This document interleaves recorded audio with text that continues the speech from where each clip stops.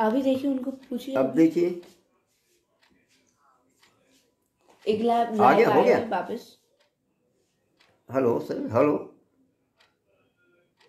आ गया। अनुभव लोगों ने बताया। तो ये बचपन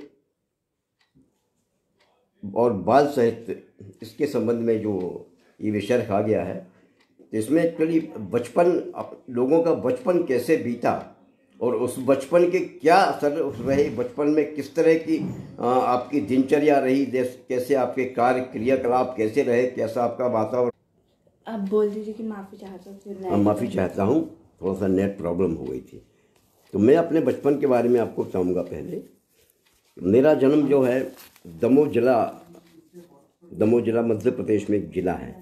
तो वहाँ एक धर्मपुरा नाम की छोटी सी एक रियासत थी, बहुत छोटी रियासत। आजकल तो खैर वो अपने शहर में शामिल हो गया है, नगर पालिका का मोहल्ला हो गया। तो वहाँ मेरा जन्म हुआ। तो मेरे जो परदादा थे, लाला पीतम्बर लाल उनका नाम था, लाला पीतम्बर लाल उनका नाम था। तो उनको मैंने देखा तो नहीं, उनके वैभव, उनकी कीर्ति, उनके यश के बस किस्से ही मेरे नसीब में आए। उनके स्वर्गवास के बाद उन्होंने क्या है कि काफ़ी अपने परिवार को काफ़ी सहारा दिया, अपने पूरे परिवार को पाला पोसा। और उसके स्वर्गवास के बाद फिर थोड़ा सा घर की स्थिति बिगड़ने लगी। बड़ा लंबा चौड़ा मकान था हमारा, 2-3 कमरे का घर था, और 2-3 कमरे का 2-3 आंगन वाला घर था। बहुत बड़ा मकान, काफ़ी लोग उसमें रहा करते थे। और मुझे वो बचपन के वो हमारा जो कचहरी कहलाती थी, तो मालगुजारी ज़माने में 3 दिन तो राज दरबार में राजा के यहाँ कचहरी लगती थी, बाकी 2 दिन हमारे इधर लगती थी। तो मेरे को अभी वो जो कचहरी वाला जो बड़ा भारी हाल था, उसका मेरे को अभी भी दृश्य याद आते हैं। बड़ा भारी एक तो पंखा लगा था जो हाथ से चलाने वाला, दूसरे कमरे में एक छोटा सा दरवाज़ा था, वहाँ वो चलाने वाला बैठता था। हिरण के वो पुराने हिरण के सिर लगे थे। आप आजकल तो खैर अभी जंगल वालों ने सब मना कर दिया, नहीं हो रहा है, पहले इस तरीके का था। तो उनके वैभव यश के कीर्ति के उससे मैंने सुने, मेरे नसीब में वही आए। उसके बाद क्या हुआ, उनके स्वर्गवास के बाद फिर थोड़ी घर की स्थिति थोड़ी गड़बड़ होने लगी। तो उन्होंने क्या है, थोड़ा धार्मिक प्रवृत्ति के थे, तो पैसा बचाने की कभी कोशिश नहीं की। मेरे पिताजी रेलवे में थे, तो वो भी बाहर थे, ब्रिटिश ज़माने में थे। तो बॉम्बे में रहे, उसके बाद झांसी आया। तो रेलवे की स्ट्राइक उस टाइम चल रही थी। स्ट्राइक में काफ़ी लोगों को बर्खास्त कर दिया गया था। जब स्ट्राइक समाप्त हुई तो उस टाइम पिताजी हमारे घर आ गए थे। जब स्ट्राइक समाप्त हो गई तो उनको फिर ले लिया गया नौकरी में, बस दोबारा वो घर के लोगों ने उनको जाने नहीं दिया। और उनका अचानक स्वर्गवास उनका बहुत जल्दी हो गया। उस वक्त क्या हुआ कि घर की स्थिति डमाडोल थी, कुछ ज़्यादा आर्थिक नहीं था, फिर भी पुराना घर था, लंबा चौड़ा मकान, सब कुछ था। तो मेरे भाई साहब उस टाइम पे पढ़ते थे मात्र 9th क्लास में। फिर उन्होंने जैसे तैसे मैट्रिक पास किया और वो शिक्षक हो गए। शिक्षक होने के बाद फिर वो रहली नामक जगह में उनकी पोस्टिंग हुई। वहाँ जाके फिर हमारा जो बचपन का जो दूसरी से लेकर 5वीं 6वीं तक का जो समय वो रहली में गुजरा। वो रहली वाले दिन हमारे लिए बड़े स्वर्णिम दिन थे।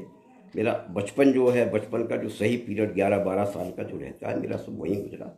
और वहाँ मैंने पिछली बार ही बताया था कि जिस मकान में मैं रहा वो क्रांतिकारियों का मकान था। सदाशिवराव मलकापुर के झांसी में थे, और झांसी से फिर वो आया करते थे। चंद्रशेखर आज़ाद के अनन्य साथी थे, क्रांतिकारी थे। तो वो जब आते थे तो गर्मियों की छुट्टी में आते थे, और कभी कभी सर्दियों में आते थे। तो सर्दियों में फिर वो क्या करते, एक अलाव लगाते, अलाव में हम लोग सब जाके उसमें बैठ जाते। बोले चलो भाई, हमारा घर का नाम मुन्ना था, तो हमारी जो शंकर राव के बड़े भाई साहब के बच्चे भी थे, निशा आशा, तो सबको आवाज़ लगाते, चलो भाई हम तुमको क्रांतिकारियों की कहानियाँ सुनाते हैं। तो जो उनकी जो कहानियाँ सुनाने का तरीका था, वो जो सुनाते थे, तो हम लोग को बाकी लगता था कि देश के लिए ये लोग क्या क्या कर रहे हैं। तो उनके मैं 2-3 संस्मरण सुनाना चाहता हूँ। और ये बड़े बेजोड़ हैं लोग, बहुत लोगों को चीज़ें नहीं मालूम। मुझे अभी तक कुछ चीज़ें याद हैं उनकी सुनाई हुई। तो उन्होंने जो किस्से सुनाए, 2-3 किस्से तो बड़े रोचक थे कि क्रांतिकारियों ने देश के लिए कितनी कुर्बानियाँ दी, कितने परेशान हुए, कैसे कैसे कष्ट झेले। तो उनका एक किस्सा सुनाता हूँ मैं आपको।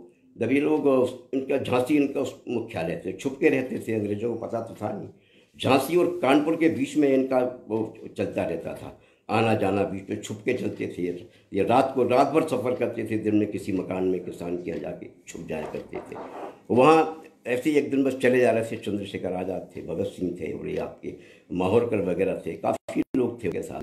तो दिन में एक मकान में छिपे हुए थे, कुछ अपनी प्रोग्राम बनाते होंगे जैसा भी कुछ हो। अब कोई किसान का मकान था, अब वहाँ छिपे जो कुछ चर्चाएँ चल रही थी। पुलिस को कहीं से भनक लग गई, ब्रिटिश गवर्नमेंट की पुलिस थी, भनक लग गई। तो वो भनक लगी तो आके उन्होंने दरवाज़ा खटखटाया।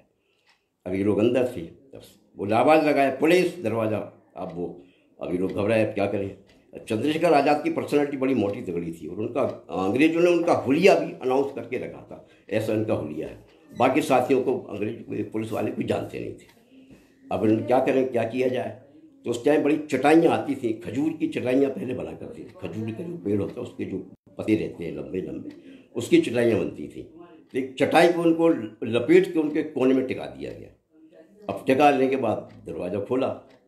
अब दरवाज़ा खोला तो अंग्रेज वो घुस आए पुलिस वाले। बोले वो कौन है इधर, चंद्रशेखर तो नहीं आया, कोई क्रांतिकारी तो नहीं आया।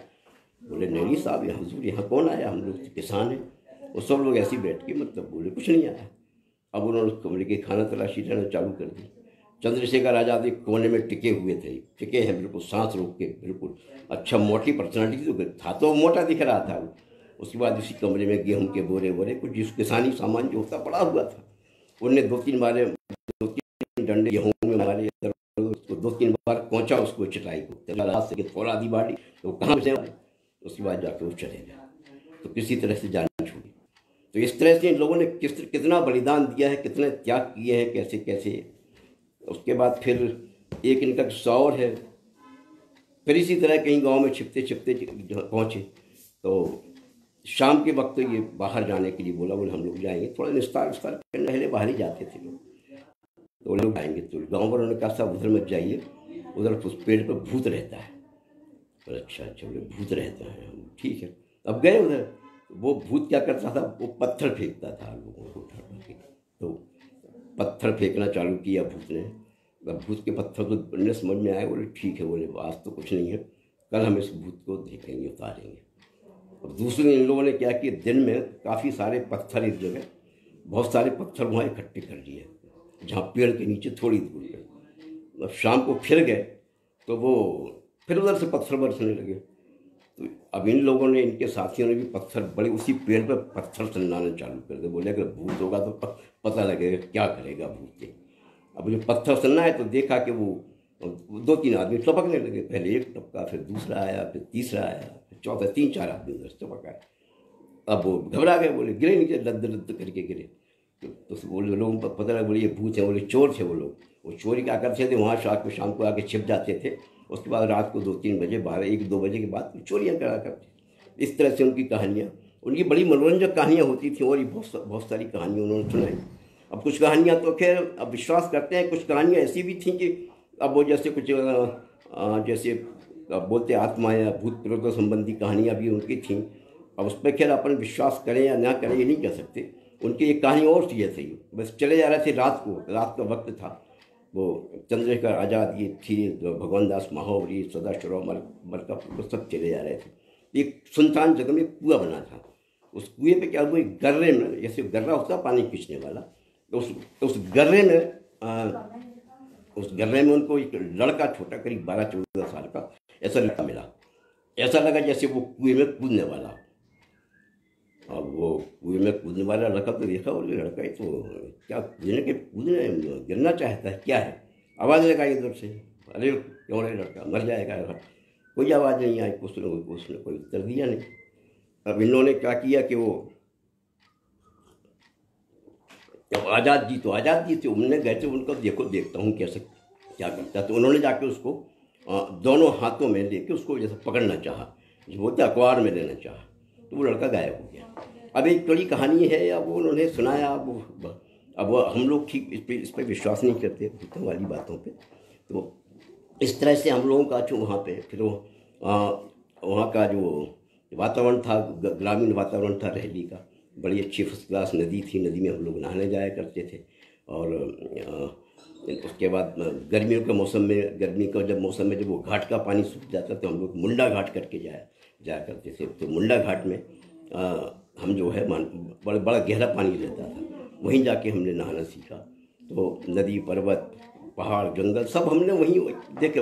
एक्चुअली बचपन में क्या है, जो बचपन का जो दृश्य होता है, जैसे ये प्रकृति से मिलना, प्रकृति से मेल जोल, तो जो है वो हमने हमने वहीं वहीं रहेली में देखा। नदी किनारे घूमने जाना, उसके बाद पहाड़ी पर चले जाना, जड़ियों के बेर खाना, मकोड़। एक्चुअली आजकल वो झरबेरी की बेर जो कहते हैं, अब तो फसल ही नष्ट हो गई।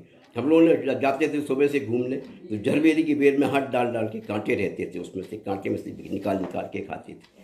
तो वो नदी वाले दृश्य हमको जो है अभी तक दिमाग में है। तो उसके बाद उसी बेस पे जो भविष्य जो बनता है ना, तो भविष्य जो बनता है, तो उसी बेस पे जो बचपन में आपकी अंतर चेतना में जो चीज़ें रहती हैं, तो अगर वो संवेदनशील है, कभी प्रवृत्ति का है, तो वो जाके आगे चल के वो उसके दिमाग में रहती है। तो उसके बाद उसकी मैंने अभी तक जो बाद में जो कविताएं लिखी, उसके ऊपर उसी बेस पे मेरी 2-3 कविताएं मेरे को बहुत अच्छी लगी। एक किस्सा और वहाँ का वाकया सुनाऊँ मैं कि मेरा एक मित्र था, मैं उस टाइम ना मुश्किल से 10-11 साल का रहूँगा। दयाली उसका नाम था, काछी थे वो, अपने सब्जी वब्जी लगाता था। उसकी छोटी बहन आई, वो सब्जी बेचने, टमाटर लेके आई बेचने। वो भी 8-9 साल की रही होगी, छोटी सी बिटिया वो आई। तो वो आई सब्जी, तो मोहल्ले वालों से सब्जी तय की, भाई क्या भाव चल रहा है। अब वो बोलती थी कि 2 पैसे के सेर दूंगी मैं। सेर यानी पहले 2 पैसा वो 16 आने वाला रुपये होता था, अब तो आधा आना 2 पैसा सेर दूंगी। सेर यानी किलो से थोड़ा ज़्यादा रहता है। तो मोहल्ले वाले सब इकट्ठे हो गए, नहीं बोले बेटे बिन्नू, वहाँ बिन्नू बोले बिन्नू 1 पैसा सेर दे दो। तब वो मना करते रही, फिर सब लोग लग गए, तो बेचारी सपोर्ट में उसने 1 पैसा सेर सबको दे दिया। अब उसके बाद वो चली गई पैसे लेके। अब घर गई तो उसने बताया होगा कि माँ को, कि माँ बोली कितने पैसे ला बेटी, तो उसने बताया होगा कि वो कितने पैसे, तो बोली वो इतने पैसे मिले। अरे बोले इतने पैसे, 2 पैसे सेर बेचने को बोला था, तुम तो बस इतना सा पैसा लेके आए। अब वो आई भाई, डंडा वंडा लिया अपना और आई, तो उसने फिर मोहल्ले वालों को बहुत हल्ला मचाया। तब उसने बहुत हल्ला मचाया, तो फिर वो सब लोग निकल आए, बोले अब मेरी लड़की को तुम लोग ठग लिया, तुम लोग बुंदेली भाषा में तो बोले ठग लो तुम। उन्होंने कहा, बोले सब पैसे निकालो या टमाटर मेरे वापस करो। वो टमाटर हो तो वापस करे, लोग खा गए। फिर सबने फिर 1-1 पैसा ला के और दिया। तो वो उसके पैसे मैंने, उस पैसे मैंने आपको एक कविता भी उसी बात अभी सुना देता हूँ। मैंने कविता भी एक लिखी थी उसी बात पे, मेरे को अभी है, दम होता है सत्य बात में। आगे और मैं बताऊँगा। तो लच्छो आई टमाटर बेचे, 2 आने में सारे बेचे।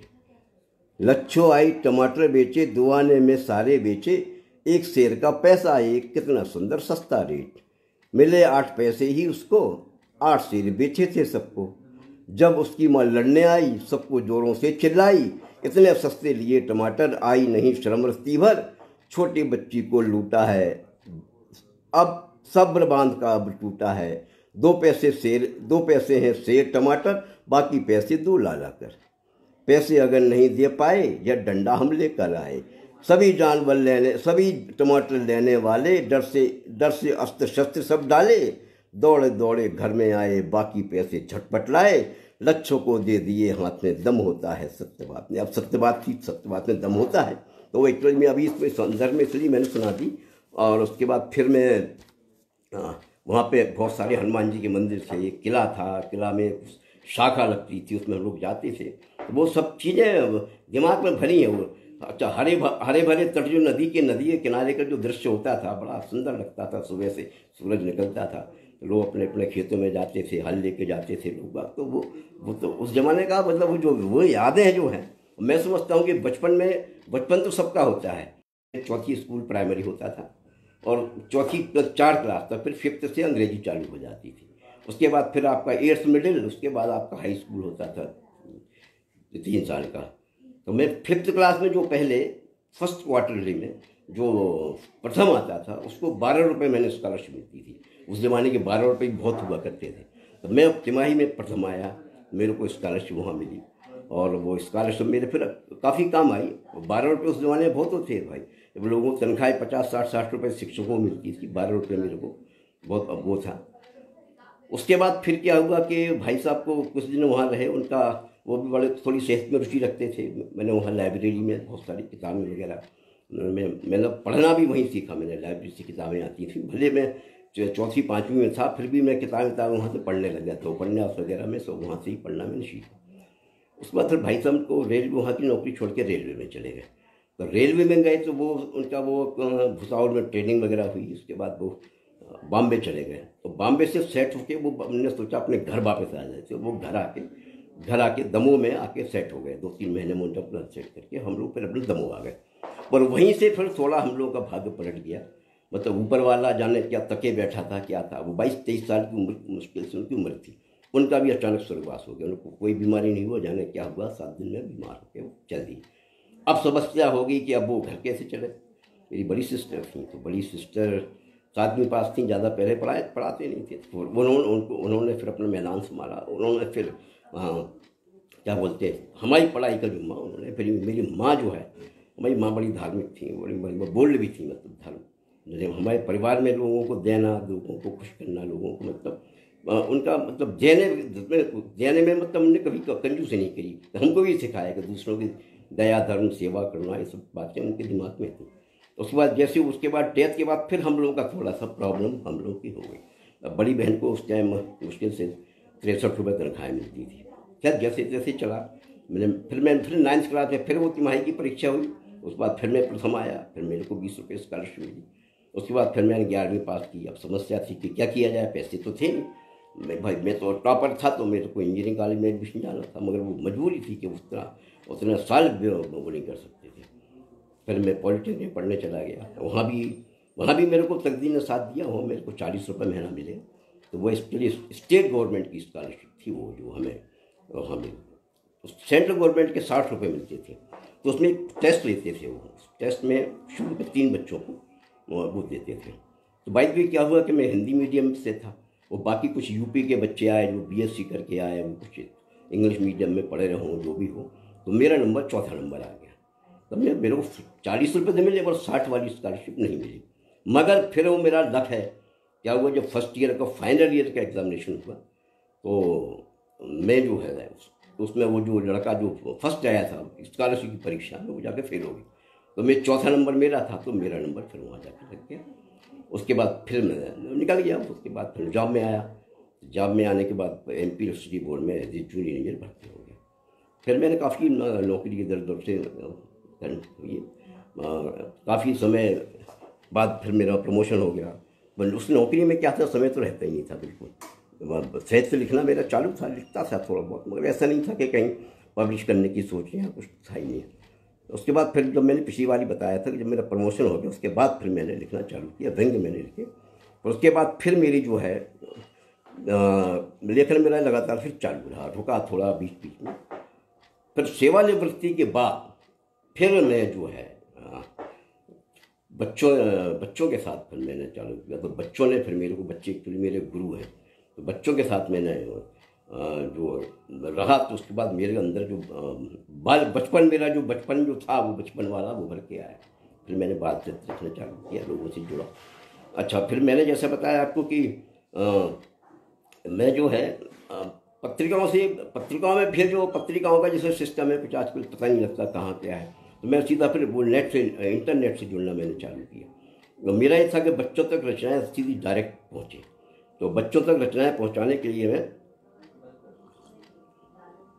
मैंने वेब पत्रिकाओं का सहारा लिया। तो वेब पत्रिकाओं ने बाकायदा मेरे को फुल रिस्पांस दिया। कुछ ऐसी वेब पत्रिकाएँ हैं, जिस वेब दुनिया को देखा मैंने, एक प्रवक्ता निकलता है, एक तुम्हारा सृजन गाथा है। वेब दुनिया ने बकाया मेरा उसका एल्बम वगैरह पूरा बना के रखा है। वो फिर एक क्लिप में मेरी रचनाएँ हैं। हालांकि उसका मेरे को थोड़ा सा नुकसान भी हुआ। कहानियों को लोगों ने इधर उधर करके वही पाठ्यक्रम में लगाई, पता नहीं लगा, कुछ नामा बदल नहीं डाला कुछ करके।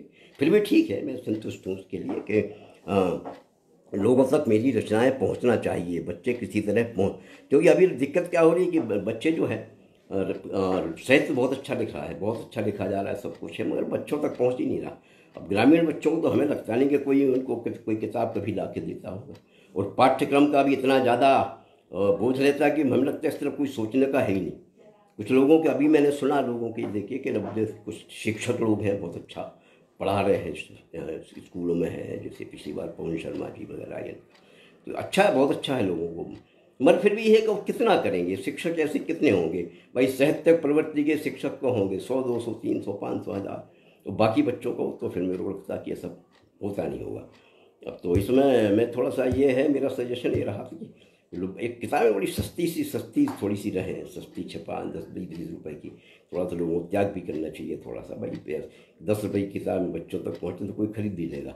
अब आजकल क्या हो रहा है कि किताबें छपती हैं और फिर वो मैसेज देते हैं कि भाई वो अमेजॉन पर उपलब्ध है, किताब की कीमत 300 रुपये।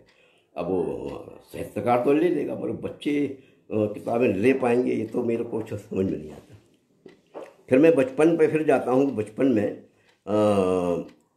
हमारे धर्मपुरा में दमोह में कुछ रिवाज था, पता नहीं वो ऐसी परंपराएं थी, वो परंपराओं की बात भी हो रही थी कि हमें अपनी सनातन परंपराओं को जो है, ये परंपराएं चलती हैं, परंपराओं में एक्चुअली परंपराएं कोई बुरी नहीं थी, परंपराओं को तो बिगाड़ा गया, लोगों ने बिगाड़ा, धर्मांधता आई, फिर थोड़ा सा अंधविश्वास आया और थोड़े धर्म के गुरुओं ने थोड़ा बिगाड़ा। तो परंपरा एक्चुअली सनातन परंपरा का तो मैं वो रहा हूँ कि सनातन परंपराओं को साथ लेके चलना चाहिए। उसमें एक परंपरा थी पान की पीक की। अब पहले क्या था कि वो बड़े कायस्थों के मुंह की पान की पीक जो है, अगर किसी को फोड़ा या फुंसी हो जाए तो उसमें लगा के वो उसको जो है वो ठीक हो जाता है। अब मेरे पास में सुबह में मैं जो है कभी एक दिन सुबह उठा तो 9 बजे आ गई एक महिला आई, वो आंटी मतलब चाची थी, तो बोले बेटा ऐसे ऐसे पान की पीक दे दो। तो मैंने कहा ये तो कोई मेरी बात समझ में नहीं आई, भाई पान की पीक मैं दूंगा वो उसको कौन लगा फ़ायदा होगा।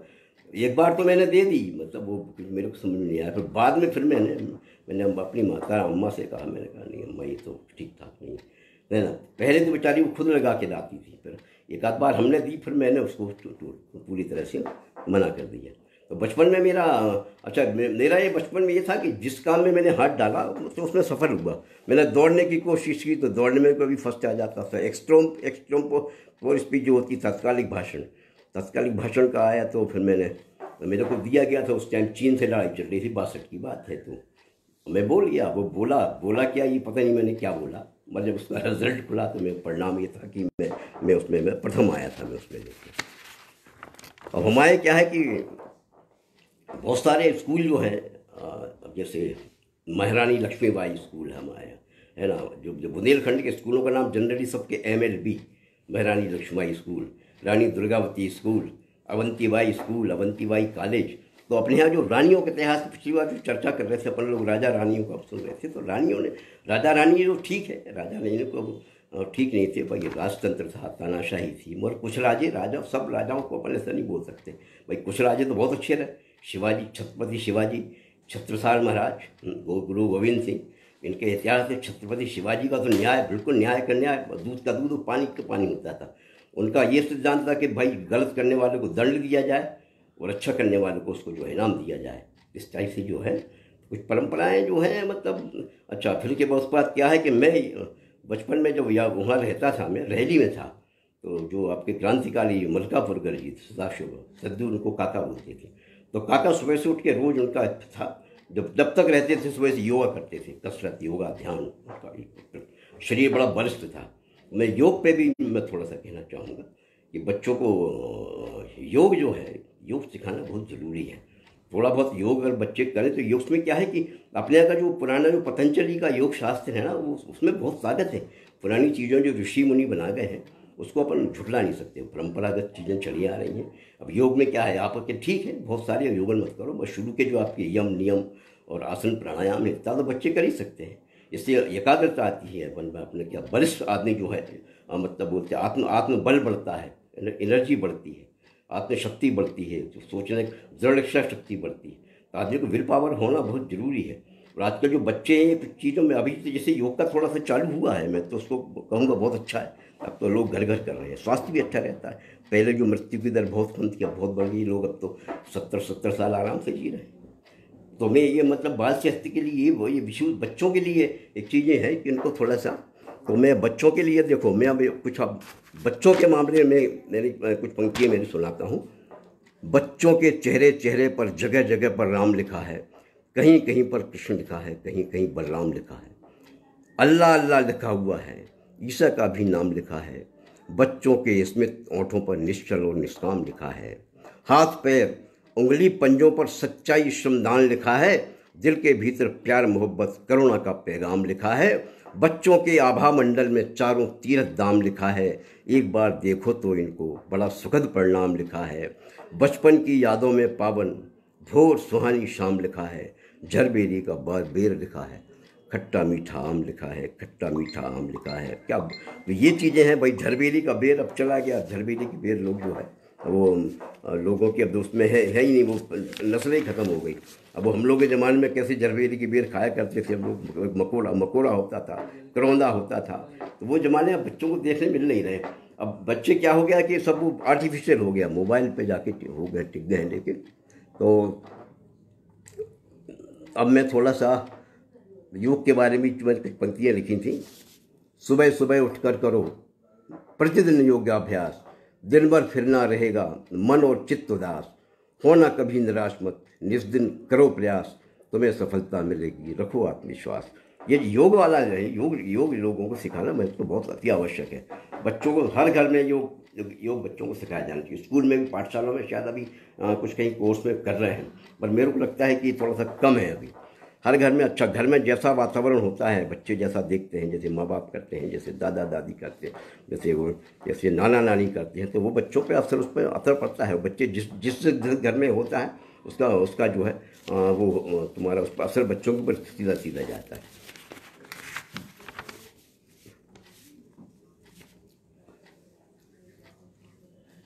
अब अभी क्या है, नदी पार के हरे भरे तट। मेरी ये भी बचपन, क्योंकि बचपन से जुड़ी हुई यादों से आपका जो विषय है, तो बचपन में जो हमने देखा वो बचपन का अभी जाके वो अंतर चेतना में जो है, वो जो अंतर चेतना अंदर भरा हुआ है वो निकल के कैसे बाहर आता है। देखिए, गर्मी बहुत तेज है, चलते मुंडा घाट नहाने। वहाँ एक मुंडा घाट हुआ करता था रेहड़ी में करके। तो गर्मी बहुत तेज है, चलते मुंडा घाट नहाने, पापा जी को भैया मिन्नू लगते रोज मनाने। किले घाट का पानी रीता, रेत बची है बाकी, इसी रेत में गड्ढा करके पानी लाती काकी। घर के लोग वही जल पीते अपनी प्यास बुझाने।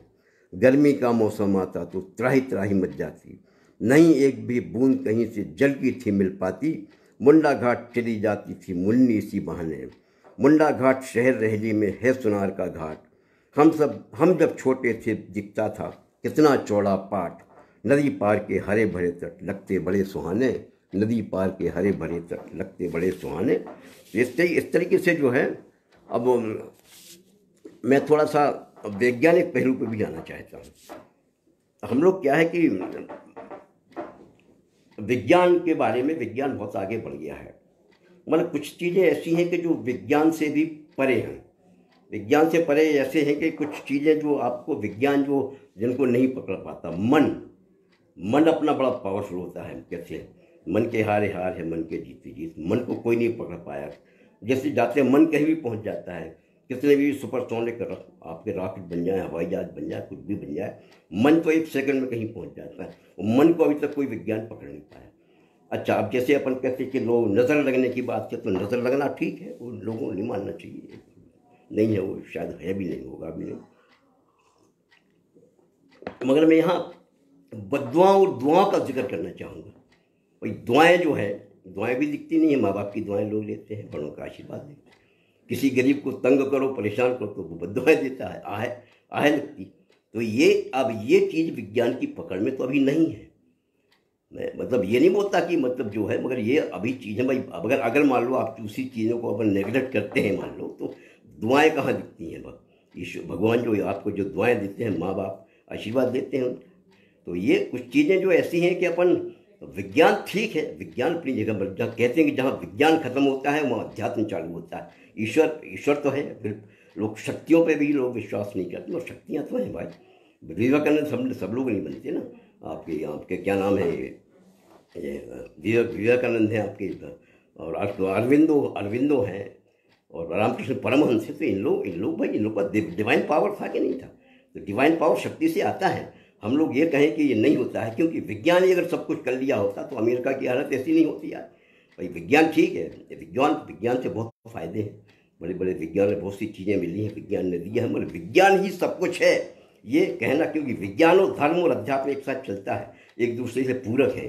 तो विज्ञान को हमें मानना ही चाहिए, विज्ञान को मानना चाहिए, मगर हमें साथ में इसको जो है ईश्वरीय शक्ति, विल पावर, तो ये सब मानना चाहिए, क्योंकि ये चीज़ें इसको आप वो नहीं कर सकते, नेगलेक्ट नहीं कर सकते, ये चीज़ें तो हैं। अब आप जितना मेहनत करोगे, जितनी आपका योगा, ध्यान, समझे ना, और आपको जो है आप क्या बोलते हैं, करुणा, दया, प्रेम, अब करुणा, दया, प्रेम को कहाँ पकड़ता है विज्ञान? नहीं पकड़ता ना, ये तो अंदर से उपजने वाले रस है।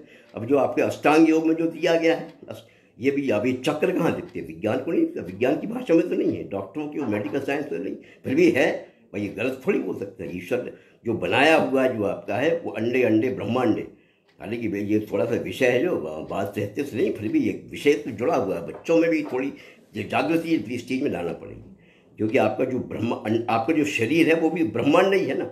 अब बहुत सी चीज़ें कल्पना की गई है वैसे पुरानी, कि भाई कलयुग त्रेता में, ठीक है वो कल्पना होगी भाई, भगवान नहीं है। अब वो शंकर, ब्रह्मा, विष्णु, ठीक है वो अपन नहीं कह सकते, उसका कोई प्रूफ तो नहीं है ना, पर कुछ चीज़ों के तो तथ्य सामने दिखते हैं। इसलिए तो मैं जो है आपको बस एक छोटी सी बुंदेली एक रचना सुना के समाप्त करूँगा, शायद टाइम होने वाला हो, है ना, बस उसके बाद वो करता हूँ।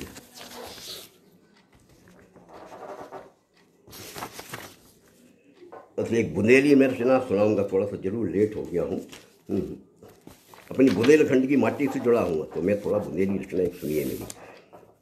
धन धरा बुंदेली है जब धन धरा बुंदेली, धन धरा बुंदेली है जब धन धरा बुंदेली, राम लला को नगर और छा कित्तो लोक लुभावन, कल कल हर हर बात बेतवा कित्ती नोनी पावन, बीच पहाड़न में इतरारी जैसे दुल्हन नवेली, बीच पहाड़न में इतरारी जैसे दुल्हन नवेली, धन धरा बुंदेली है जब धन धरा बुंदेली, वीर नारियां ई धरती पे रही दुश्मन पे भारी, वीर नारियां ई धरती पे रही दुश्मन पे भारी, जान लगा के लड़ी लड़ाई जीतन कबू न हारी, मतलब जीते जीत कभी नहीं हारी, युद्ध भूमि में लक्ष्मीबाई तलवारन से खेली, युद्ध भूमि में लक्ष्मीबाई तलवारन से खेली, धन धरा बुंदेली है जा धन धरा बुंदेली, गोण वंश की रानी ने तो कैसो कहर ढाओ,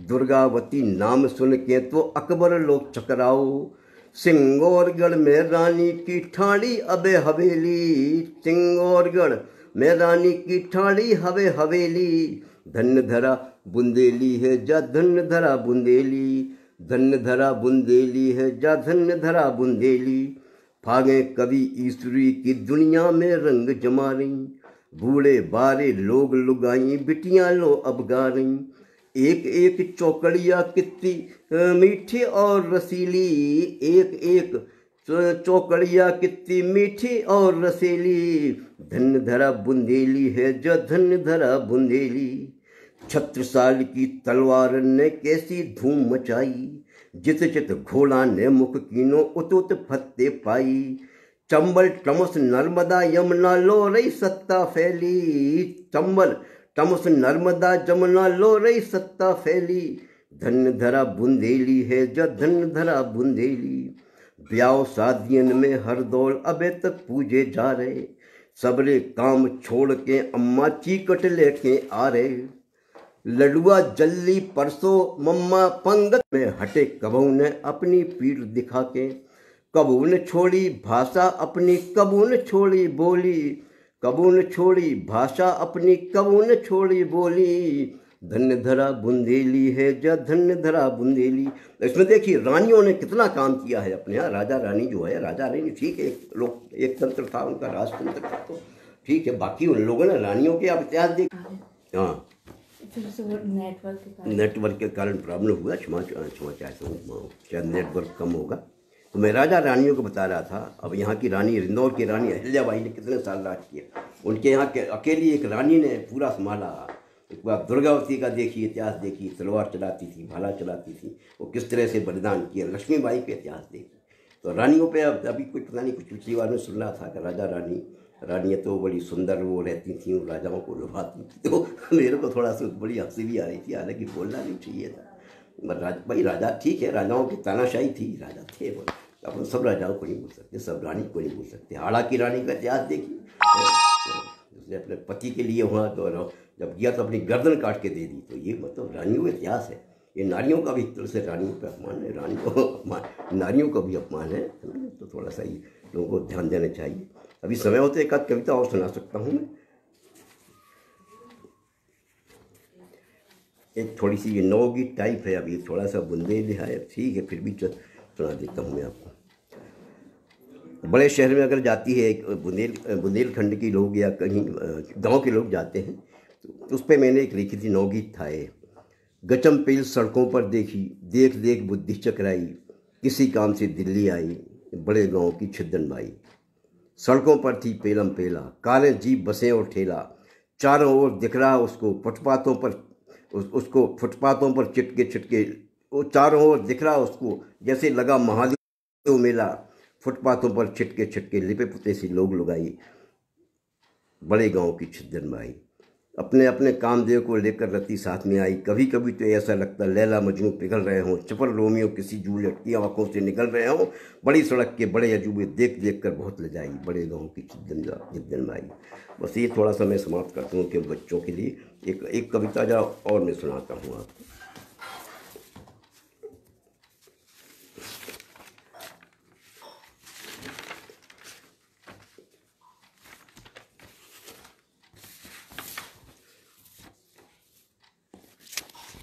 पके पके अमरूद, आज शाम को लाना पापा पीले पके पके अमरूद। आज शाम को लाना पापा पीले पके पके अमरूद, मैंने बगिया में देखे हैं ढेरम ढेर लगे अमरूद।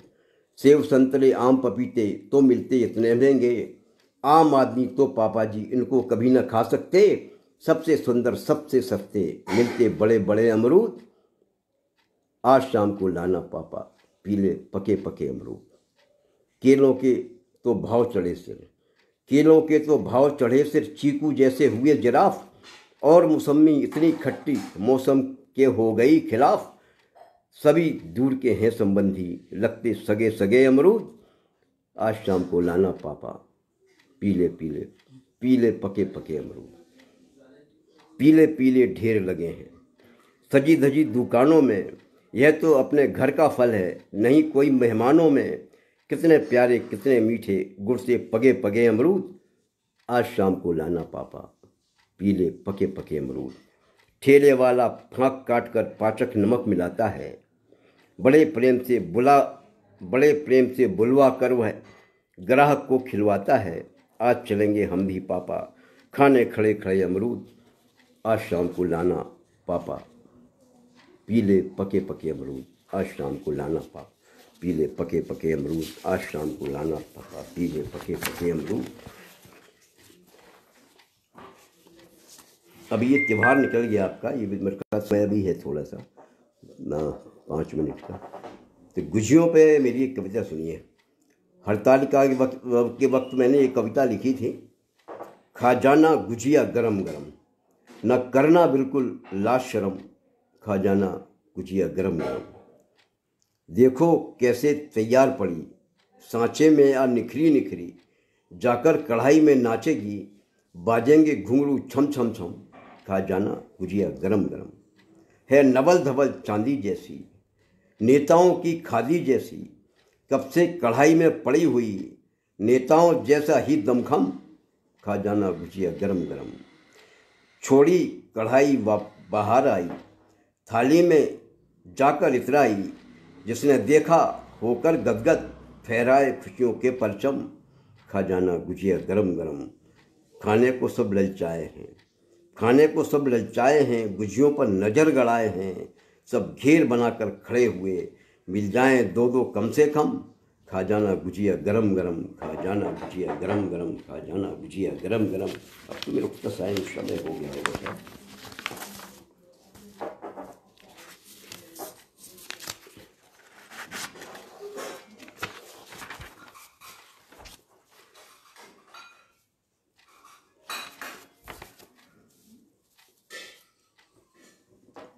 पिज्जा के पेड़ मेरी बड़ी फेवरेट कविता है। पिज्जा के मैं पेड़ लगाऊं, बर्गर के भी बाग उगाऊं, मिले बीज अच्छे अच्छे तो क्यारी में नूडल्स बोआऊं, चॉकलेट का घर बनवाऊं, च्युइंगम की दीवार उठाऊं, चिप्स कुरकुरे चाउमीन से पर्दे नक्काशी करवाऊँ, बिस्कुट के मैं टाइल्स लगाऊँ, कालीनों पर ब्रेड बिछाऊँ, गुलदस्ते वाले गमलों में रंग बिरंगी केक सजाऊँ, छोटा भीम कभी बन जाऊँ, बाल गणेशा बन इतराऊँ, तारक मेहता के चश्मे को उल्टे से सीधा करवाऊँ, पर मम्मी पापा के कारण जो सोचा वह कर ना पाऊँ, बात बात में टांग लगा डांट लगाते उनको कैसे समझा। अब एक कविता देखिए बच्चों की, ये बाल मन की कविता है। बच्चे जो है, बच्चों के मन में यही तो रहता है कि भाई बच्चों में पिज्जा का पेड़ लगा लूँ, उसके बाद उसमें बर्गर का बाग उगा लूँ, अच्छे अच्छे बीज लगा लूँ। तो ये बच्चों के जो है, बच्चों के बाल कविता लिखने की एक्चुअली परकाया प्रवेश होता है बच्चों में। आपको मतलब उनके शरीर की आत्मा के अंदर प्रवेश करना पड़ता है। तो अभी किस उम्र की बच्चे की, अच्छा उसके आजकल क्या है कि बच्चों के लिए ये भी देखना पड़ता है कि वो कितनी उम्र के बच्चे के लिए लिख रहे हैं, क्योंकि आज का बच्चा जो है इतना एडवांस हो गया है कि आपका 4 साल का बच्चा वो कुछ मामलों में आपसे भी ज़्यादा जानता है। तो ये कुछ मामले में मैं कहना चाहूँगा कि बच्चों के लिए जो कविताएँ लिखी जा रही हैं कुछ तो अच्छी लिखी जा रही हैं, बहुत अच्छी लिखी जा रही हैं, लोग बात लिख रहे हैं। वो जो अभी कुछ नई नई पत्रिकाएं भी अभी देखने को मिली, उनमें भी नए प्रयोग हुए, नए बिंब हुए हैं। तो मैं कहना चाहूँगा कि बच्चों के लिए कविताएं बहुत अच्छी लिख रहे हैं, लिखी जाएं, पर बच्चों तक कविताएं पहुँचें, ये मेरा उद्देश्य है। और जो शिक्षक बन रहे हैं उनसे मेरा थोड़ा सा रिक्वेस्ट है कि वो अधिक से अधिक, क्योंकि हम लोग तो क्या है कि अब इस उसमें हैं कि ज़्यादा जनता से कांटेक्ट है नहीं, आना जाना बड़ा कम होता है। अभी जो है शिक्षक ही जो अपने यहाँ का जो है वो गुरु जो हैं वो ही अब शिक्षकों से बच्चों से सीधे टच में रहते हैं, कांटेक्ट में रहते हैं। तो वो बच्चों को अधिक से अधिक कविताएँ सिखाने का प्रयास कर रहे हैं, कई जगह तो कर रहे हैं, बहुत अच्छा कर रहे हैं, मतलब वो सब जगह नहीं कर रहे। अच्छा, ये अलमारियों की शोभा भी बहुत सी किताबें गाँव में देखा, तो किताबें आती हों ऊपर से, मगर वो बच्चों को शायद दी नहीं जाती या क्या है। तो अच्छा, वो अभी थोड़ा सा ये भी लोगों को करना चाहिए कि जो बाल पत्रिकाएँ बहुत सी बंद हो रही हैं, अभी आपकी ढेर सारी बाल पत्रिकाएँ बंद हुई हैं। तो अच्छा, वो तो ऐसा कुछ हो कि लोगों पे ऐसा प्रेशर बने कि भाई कम से कम अखबार में एक कॉलम हफ्ते में एक आध दिन ऐसा कुछ रहे कि वो बच्चों के लिए आए। पत्रिकाएँ जो बंद हुई बंद ना हो पाए, क्योंकि अब वो पूरा बिजनेस का ज़माना है, व्यापार है। तो लोगों को क्या है कि जो पेपर वाले हैं उनको तो अपने फायदे से मतलब है।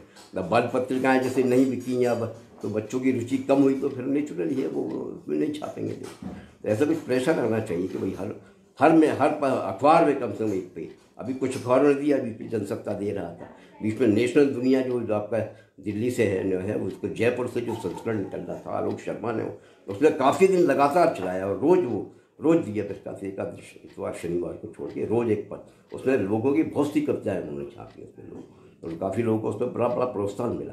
हालांकि वो अखबार तो नहीं बेचते थे, वो PDF की काफ़ी वो बेचते थे। काफ़ी लोग अभी भी व्हाट्सएप में इसमें देखो ना, आपका ये फेसबुक में लोग पुरानी सब उसको रिपीट होकर चली आ रही। अच्छा, गूगल इसलिए कम से ये फ़ायदा है कि जो पुराना आपसे 4 साल पहले था तो वो आपको रिपीट करके आपको दे देता।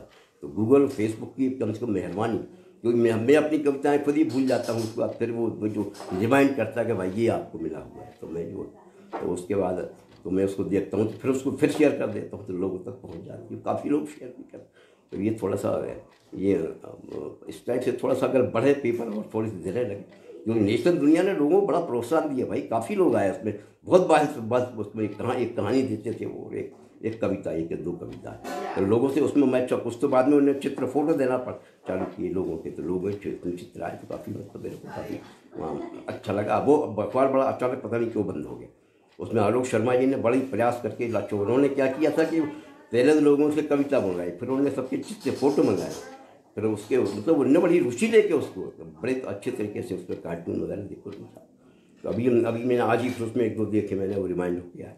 तो वो उसकी अच्छा वो फोटो कापी रहती थी, हम लोग उसको निकाल लेते थे PDF से प्रिंट करके, मेरे पास प्रिंट करके बहुत।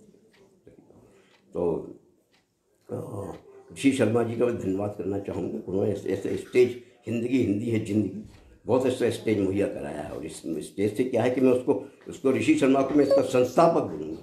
भाई संस्थापन उन्होंने जो किया है ये अच्छा, उसके बाद काफ़ी वो देख के मतलब काफ़ी लोग इसमें आ गए, दूसरी भी संस्थाएँ आ गई, तो लोगों से जुड़ रहे हैं। और ये कोरोना काल में खैर नुकसान तो हुआ, और कोरोना काल में उसकी देन भी है कि हम लोगों के सभी लोग जो आपस में जुड़ गए, आपस में मिलजुल रहे, तो ये बहुत बड़ी उपलब्धि है। मेरे को लगता है कि कोरोना अगर सही हो जाए उसके बाद भी ये व्यवस्था बंद नहीं होनी चाहिए, चलती रहे लोगों के उसमें। तो काफ़ी कुछ उसमें मतलब लोगों से मिलना जुलना होता रहेगा, क्योंकि अब कुछ क्या है, जैसे हम लोग सरीके हैं भाई, एज है ज़्यादा, तो आना जाना, तो इस बहाने लोगों से कम से मिल तो सकते हैं। तो ऋषि शर्मा का मैं बहुत बहुत धन्यवाद करना चाहूँगा कि उन्होंने एक नया स्टेज, नई परंपरा चालू की है, जो ये परंपरा, उसलिए वो बहुत ज़्यादा धन्यवाद के पात्र हैं। और ऐसे ही आगे चल के बनाए रखेंगे। अभी में रुकता बहुत श्रृंखला है, बहुत साहित्य है, आगे चल के वो बहुत लोग इस टाइप से जोड़ेंगे वो। तो उसके बाद अब अगला प्रोग्राम जो जिसका होगा है ना, तो वो फिर सुनने का मौका मिलेगा। और काफ़ी अब हमें तो जैसे आपके देवेंद्र मेवाड़ी जी ने, देवक रमेश जी ने, कुछ लोगों ने काफ़ी अच्छे अपने अनुभव, उनके अनुभव सुन के तो बड़ा, कुछ लोगों को तो बड़ा अच्छा लगता है, जैसे उनको बिल्कुल उनके दिमाग में हर चीज़, जो कहानी सुनाने का तरीका। अभी मंजरी शुक्ला को मैंने सुना, तो उनकी भी कहानियों को सुनने का तरीका बहुत, मतलब लोगों के जो बहुत सी चीज़ें छिपी हुई चीज़ें हैं, जो निकल के सामने आ जाती हैं बहुत सी चीज़ें। तो ये सिस्टम आगे करके चालू रखेंगे, मेरे को पूरी उम्मीद है इस तरीके से। तो अभी और समय हो तो कुछ और सुना दूँ क्या? टाइम क्या हो गया? अभी समय हो तो और सुनाऊँ एक आध क्या? तो भाई सुनना चाहते हैं तो बोलिए जी, तो इतनी हिसाब से हुआ। अभी तो ये समय बंद नहीं हुआ है। एक कविता छोड़ो, एक लोरी सुन लीजिए अगर समय है तो। आधी रात बीत गई भैया, 8 लोरियां सुना चुकी हूँ, परियों वाली कथा सुनाई। आधी रात बीत गई भैया, तुमको अब तक नींद न आई। 8 लोरियां सुना चुकी हूँ, परियों वाली कथा सुनाई। आधी रात बीत गई भैया, तुमको अब तक नींद न आई। थपकी देकर हाथ थक गए, कंठ बोल बोल कर सूखा। अब तो सो जा राजा बेटा, तू है मेरा लाल अनोखा। चूर चूर में थकी हुई सचमुच लल्ला राम दुहाई। आधी रात बीत गई भैया, तुमको अब तक नींद न आई। सोए पंख पखेरु सारे, अलसाए हैं नभ के तारे। करें अंधेरे पहरेदारी, धरती सोई हाथ पैर पसारे। बर्फ बर्फ हो ठंड जम गई, मार पैर मत फेंक रजाई। आधी रात बीत गई भैया, तुमको अब तक नींद न आई। झपकी नहीं लगी अब तो भी सुबह शीघ्र न उठ पाओगे। झपकी नहीं लगी अब भी तो सुबह शीघ्र न उठ पाओगे। यदि देर तक सोए रहे तो फिर कैसे शाला जाओगे। समझा हार गई मैं, बात तुम्हें फिर समझ न आई। आधी रात बीत गई भैया, तुमको अब तक नींद न आई। आधी रात बीत गई भैया, तुमको अब तक नींद न आई।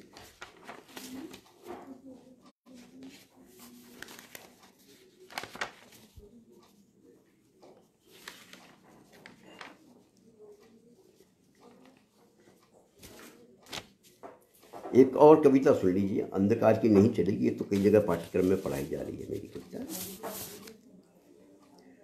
माँ बोली सूरज से बेटे, सुबह हुई तुम अब तक सोए। माँ बोली सूरज से बेटे, सुबह हुई तुम अब तक सोए। देख रही हूँ कई दिनों से रहते हो तुम खोए खोए।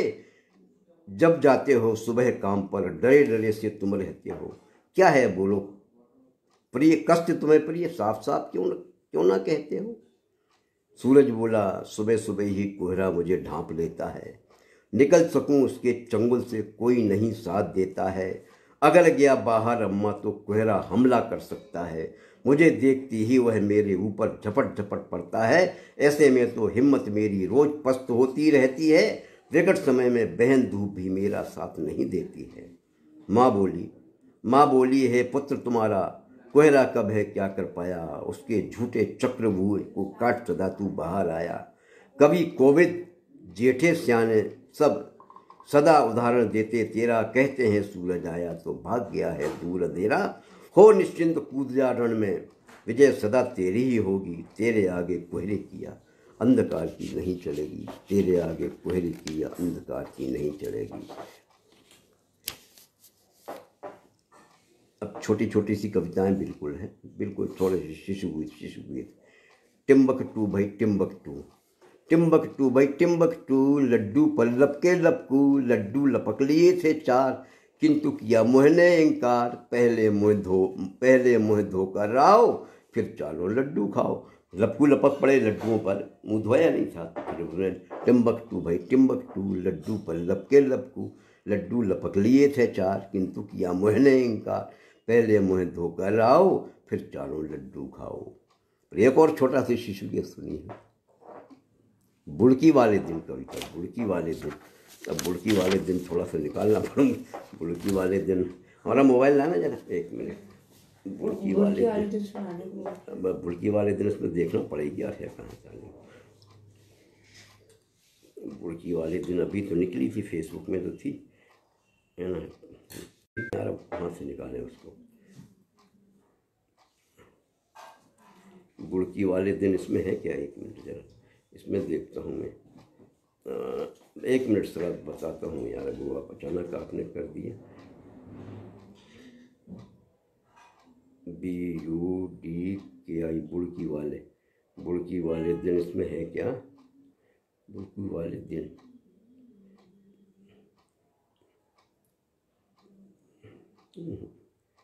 बुड़की वाले दिन में है ही नहीं सारी वो। मैं उसको पता नहीं कहाँ से देख पाऊँगा यार। बुड़की वाले दिन उसमें है, वो फेसबुक में थी, अभी अभी देखता हूँ जरा।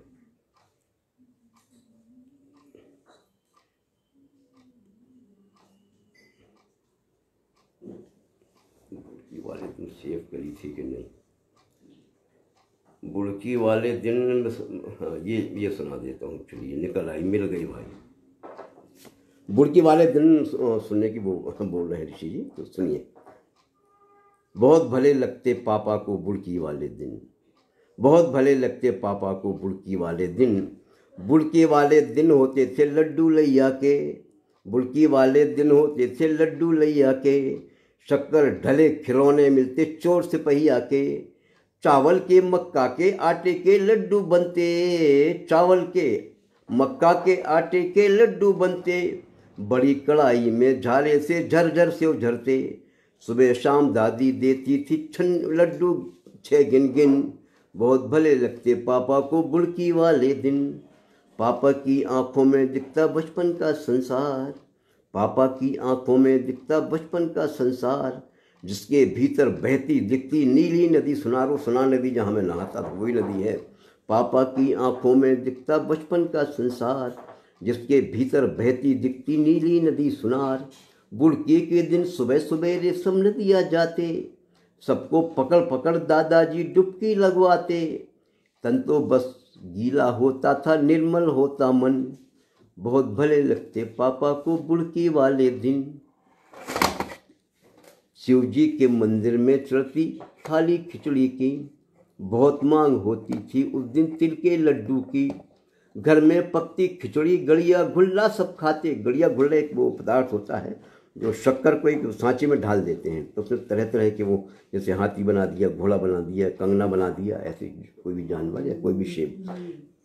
गड़िया घुल्ला सब खाते, शिव जी के मंदिर में चढ़ती थाली खिचड़ी की, बहुत मांग होती थी उस दिन तिल के लड्डू की, घर में पकती खिचड़ी गड़िया घुल्ला सब खाते, मुझे और 2 लड्डू अम्मा बच्चे चिल्लाते, बचपन की यादें पापा को आती हैं पलछिन, बहुत भले लगते पापा को बुड़की वाले दिन। अब वो मैं अभी आपको इसी का जिक्र कर रहा था। ये नेशनल दुनिया ने जो लोगों को संभाल के रखा है, बड़े कितने करीने के से उन्होंने ड्राइंग डिज़ाइन पूरा पतंग वतंग के, काफ़ी लोग इसमें, काफ़ी लोगों को उन्होंने, काफ़ी लोग 2-3 कवि इसमें और थे, तो उन लोगों को सबको उन्होंने शामिल किया हुआ है।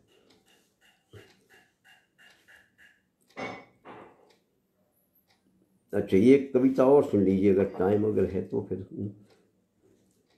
बहुत देर से कंप्यूटर पर बैठी चिड़िया रानी, ये सर्वाइकल के ऊपर है एक्चुअली। बहुत देर से कंप्यूटर पर बैठी चिड़िया रानी, बड़े मज़े से छाप रही थी कोई बड़ी कहानी, तभी अचानक चिड़िया ने जब गर्दन जरा घुमाई, किंतु न जाने किस कारण वह जोरों से चिल्लाई। कौआ भाई फुदक फुदक कर शीघ्र वहाँ पर आए, तुम्हें क्या हुआ बहन चिड़ैया, कौआ जी घबराए। चिड़िया बोले पता नहीं ये कैसी है लाचारी, कौआ भाई मुझे गर्दन में दर्द हुआ है भारी। तब कौए ने गिद्ध विद्ध से उसकी जांच कराई, वैद्यराज ने सर्वाइकल की बीमारी पाई, वैद्यराज ने सर्वाइकल की बीमारी पाई। कंप्यूटर पर बहुत देर थी बैठी चिड़िया रानी, जोर पड़ा गर्दन पर, सच में की तो थी नादानी। कंप्यूटर पर बहुत देर जो बैठा मेरे भाई, बहुत बैठा मेरे भाई, समझो उसको यह बीमारी जल्दी जल्दी आई। कंप्यूटर पर बहुत देर जो बैठा मेरे भाई, समझो उसको बीमारी ये जल्दी जल्दी आई। कंप्यूटर पर चिड़िया।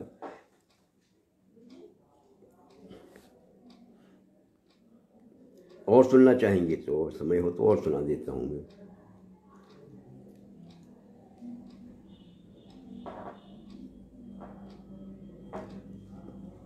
कितनी प्यारी लगे पतंगे अंबर में चक्री खाती हैं, ऊपर को चढ़ती जाती हैं, फर फर फिर भी नीचे आती हैं, सर्र सर्र करती करती फिर नीलगंध से बतियाती हैं, डोरी के संग इठलाती हैं, ऊपर जाकर मुस्काती हैं। मेरी चिड़ी पूरी नहीं है। नब में इधर उधर घूमे फिर इधर उधर उड़ती जाती हैं, कभी काटती कट जाती हैं, आवारा उड़ती जाती हैं, बिना सहारे हो जाने पर कटी पतंगे कहलाती हैं, तेज हवा से फट जाती हैं, बंद हवा में गिर जाती हैं, उठना गिरना जीवन का क्रम बात हमें यह बतलाती है। कटी पतंगे पतंगों पर खाए।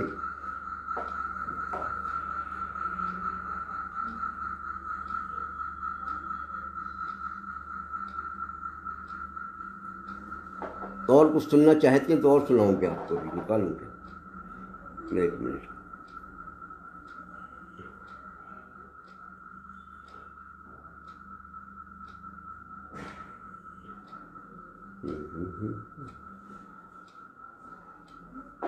मेरे को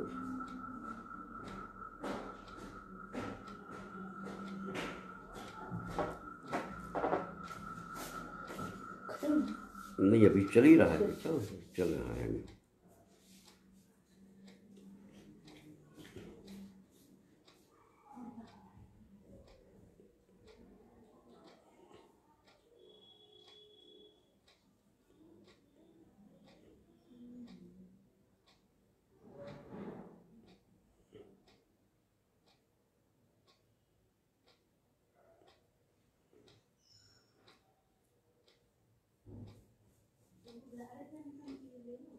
चलिए एक कविता और सुना देता हूं मैं आपको।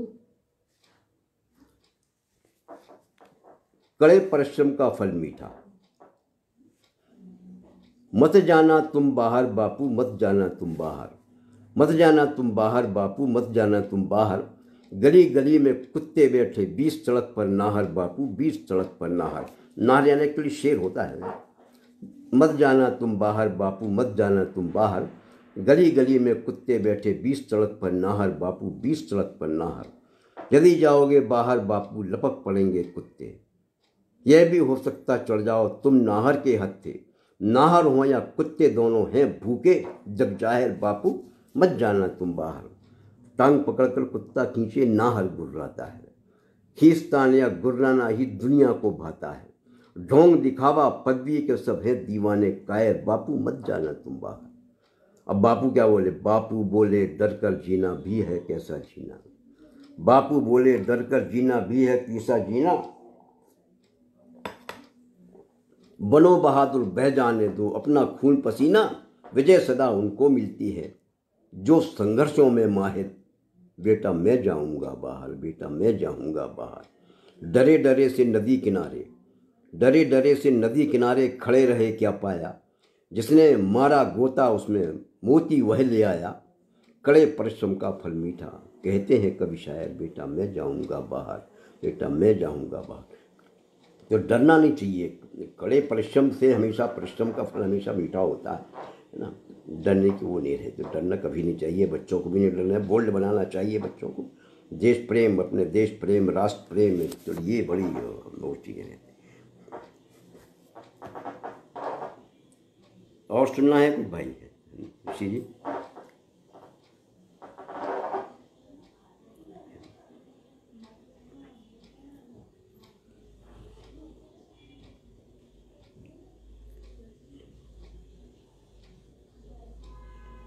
एक कविता में और सुना रहा हूँ आपको मैं अपने हमारा जो ये छोटा ये वाला हमारा ग्रैंडसन है, पोता है अमित, तो क्रिकेट पे मैंने कविता लिखी थी। देखिए,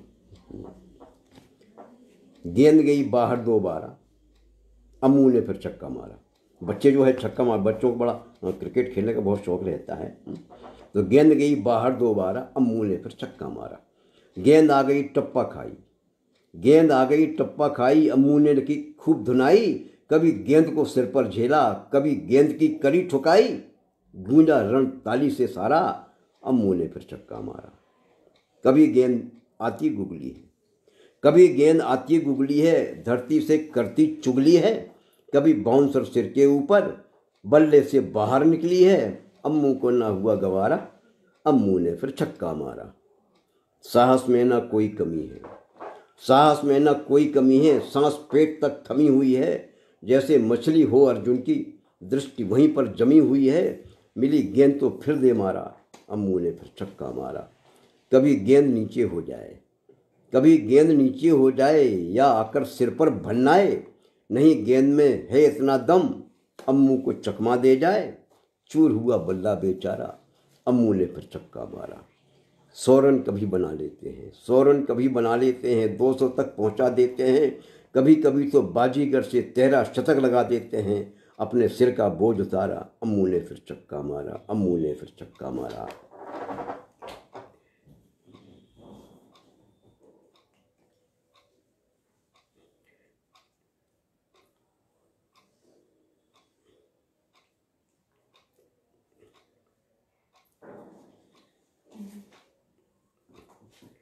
जानवरों के असूल।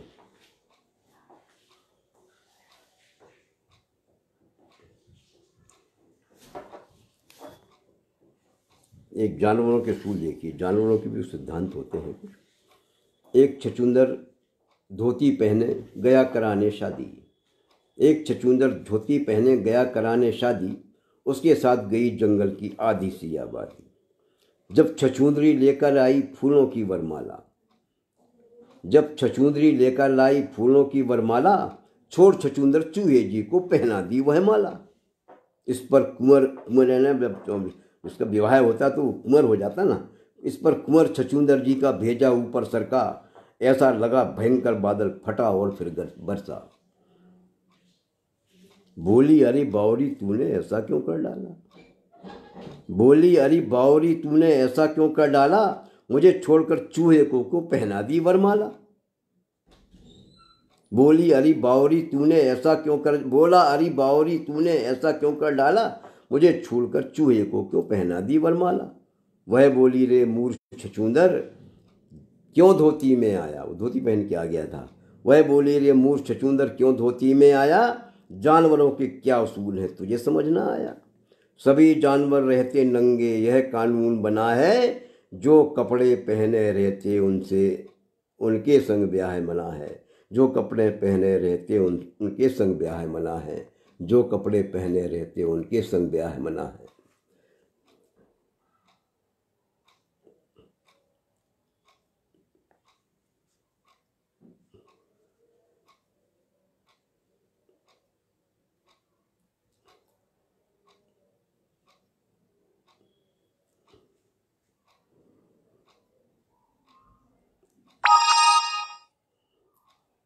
छोटे लोग। एक कविता सुनिए, रोटी का सम्मान।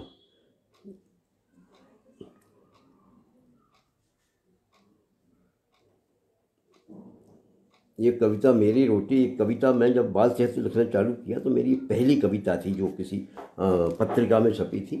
तो ये कविता मैं आपको सुनाता हूँ। रोटी जो बनती है, रोटी कैसे बनती है। रोटी की अपनी व्यथा है। रोटी की एक तरह से इसमें आत्मकथा है। गोल गोल रोटी अलबेली कितनी प्यारी लगती है। गोल गोल रोटी अलबेली कितनी प्यारी लगती है। बिना शोरगुल किए बेचारी गर्म तवे पर सिकती है। त्याग और बलिदान देखिए कितना भारी रोटी का। औरों की खातिर जल जाना उसकी बोटी बोटी का। बड़े प्यार से थाली में रख जब हम रोटी खाते हैं, याद कहाँ उसकी कुर्बानी कभी लोग रख पाते हैं। इसलिए जानो समझो रोटी की राम कहानी को। नमन करो दोनों हाथों से इस रोटी बलिदानी को। गेहूं पिसकर आटा बनता, गेहूं पिसकर आटा बनता, चलनी में चाला जाता, ठूस ठूस कर बड़े कनस्तर पीपे में डाला जाता, फिर मनचाहा आटा लेकर थाली में गूंथा जाता, ठोक पीट की सारी पीड़ा वह हंस हंस कर सह जाता। अब तक जो आटा पुल्लिंग था वह स्त्रीलिंग बन जाता, स्त्रीलिंग बनने पर उसका लोई नाम रखा जाता। हाथों से उस लोई पर कसकर आघात किए जाते, पटे और बेलन के द्वारा दो दो हाथ किए जाते। बेली गई गोल रोटी को गर्म तवा पर रखते हैं, रोटी के अरमान आंच पर रोते और बिलखते हैं। कहीं कहीं तो तंदूरों में सीधे ही झोंकी जाती, सोने जैसी तप कर वह तंदूरी रोटी कहलाती। जिस रोटी के बिना आदमी कुछ दिन भी न जी पाता, उस रोटी बनवाने में किस तरह, उस रोटी को बनवाने में कहर किस तरह बढ़ पाता। इसलिए आओ सब मिलकर रोटी का गुणगान करें। जहाँ मिले रोटी रख माथे रोटी का सम्मान करें, जहाँ मिले रोटी रख माथे रोटी का सम्मान करें, जहाँ मिले रोटी रख माथे रोटी का सम्मान करें।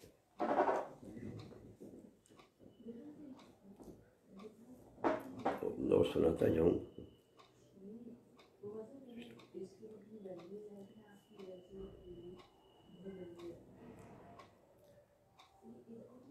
एक कविता और सुनी है।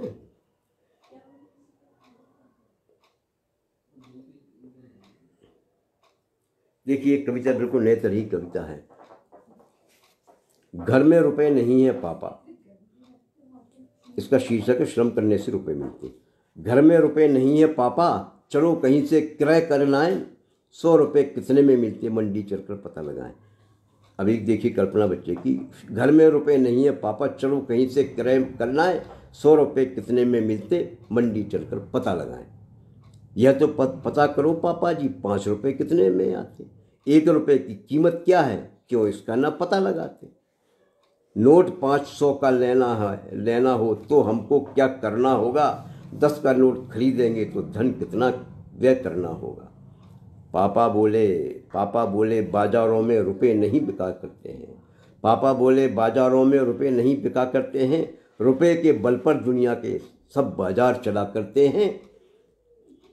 श्रम शक्ति के व्यय करने पर रुपए हमको मिल जाते हैं, कड़े परिश्रम के वृक्षों पर रुपए फूल कर फल जाते हैं।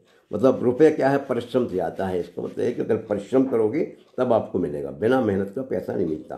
पैसे कमाने के लिए श्रम करना पड़ता है, श्रम बच्चों के लिए।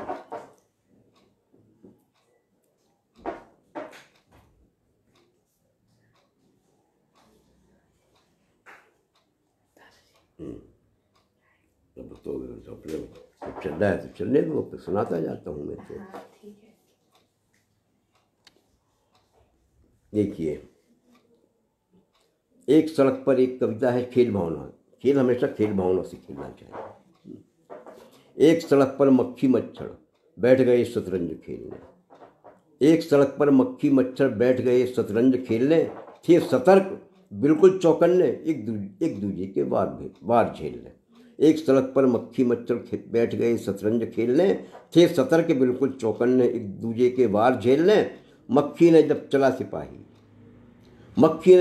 सिपाही, मच्छर ने घोड़ा दौड़ाया। अभी अब देखिए शतरंज खेल रहे हैं मच्छरों मक्खी ने जब चला सिपाही, मच्छर ने घोड़ा दौड़ाया। मक्खी ने चलकर वजीर को मच्छर का हाथी लुढ़काया। मक्खी ने जब चला सिपाही, मच्छर ने घोड़ा दौड़ाया। मक्खी ने चलकर वजीर को मच्छर का हाथी लुढ़काया। मच्छर ने गुस्से के मारे ऊँट चलाकर हमला बोला। मच्छर ने गुस्से के मारे ऊँट चलाकर हमला बोला। मक्खी ने मारा वजीर से, ऊँट हो गया बम बम बोला। मच्छर ने गुस्से के मारे ऊँट चलाकर हमला बोला। मक्खी ने मारा वजीर से, ऊँट हो गया बम बम बोला। ऊँट मरा जैसे मच्छर का, वह गुस्से से लाल हो गया।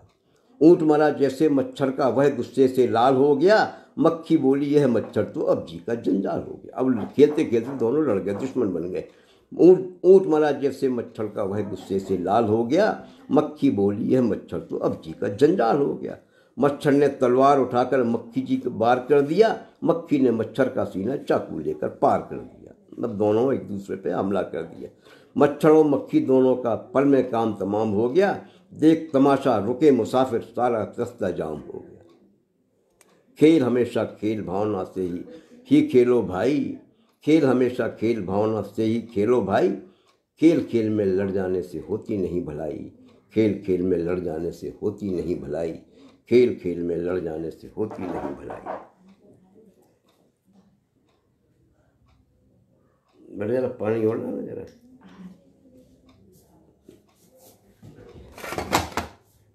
एक तो ये एक और सुनिए, देश प्रेम के ऊपर एक कविता है।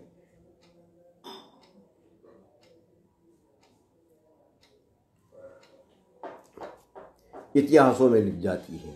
देखिए थोड़ा, यदि डरे पानी से तो फिर कैसे नदी पार जाओगे।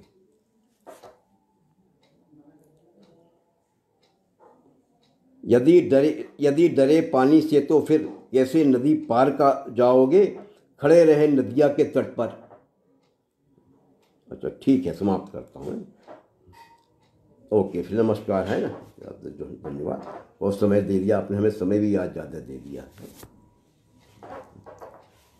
नमस्कार सब लोगों को नमस्कार बोलता ऋषि शर्मा का पुनः धन्यवाद है। ठीक, क्या बंद तो कर ही नहीं रहे हो? नहीं, बंद अपन को करना नहीं तो है ऐसा क्या? अपन को करना है? हाँ तो ठीक है, चलो अपन बंद कर लीजिए। हो गया ना, हमने जुड़ने के लिए धन्यवाद बोला ना अपन को।